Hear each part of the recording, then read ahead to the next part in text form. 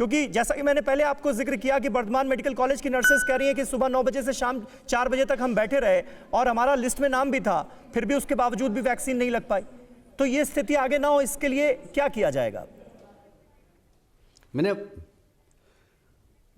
मुझे लगता है कि इसके बारे में केंद्र सरकार को एक बार सोचना पड़ेगा कि कम से कम राज्य सरकार के साथ बात करके, और या तो फिर केंद्र सरकार स्वयं लगाए, इसकी जिम्मेदारी उठाए, क्योंकि राज्य सरकार जिस प्रकार की अराजकता वाली स्थिति में सरकार चला रही है, मुझे नहीं लगता कि जिनका अधिकार है उनके पास तक ये वैक्सीन पहुंच पाएगी। क्योंकि मुख्यमंत्री जी ने भी उनकी निंदा नहीं की, उन्होंने आरोप केंद्र पर लगा दिया कि वैक्सीन कम भेजा। अरे वैक्सीन कम तो पड़ेगा ही, जब आपके कार्यकर्ता दादागिरी से खुद खुशवा लेंगे वैक्सीन को, तो कैसे कम नहीं पड़ेगा वैक्सीन। अच्छा कैलाश जी, क्योंकि अब विधानसभा चुनाव बहुत नजदीक हैं और तृणमूल कांग्रेस की तरफ से बार बार यह आरोप लगाया जा रहा है कि भारतीय जनता पार्टी बंगाल की सोसाइटी को डिवाइड करने की कोशिश कर रही है, पोलराइजेशन की कोशिश कर रही है। और नुसरत जहां, जो कि टीएमसी की सांसद हैं, वो यहां तक कह गई कि अगर भारतीय जनता पार्टी सत्ता में आ गई तो माइनॉरिटीज के लिए उल्टी गिनती शुरू हो जाएगी।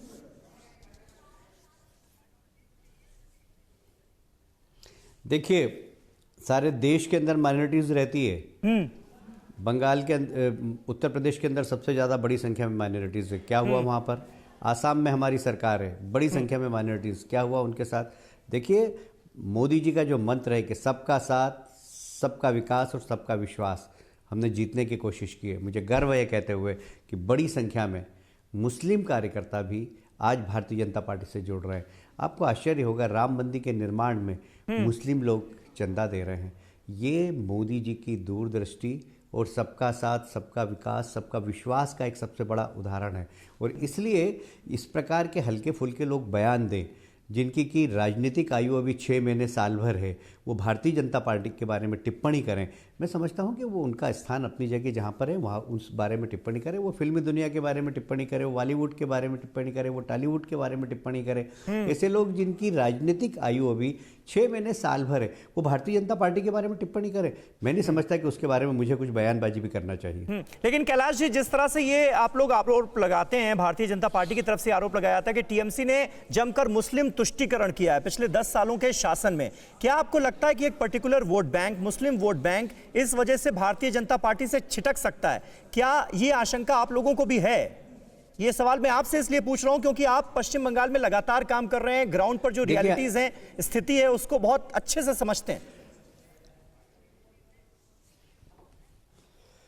देखिए, हमने कभी भी वोट बैंक बनाने की कोशिश नहीं की और वोट बैंक की चिंता भी नहीं की।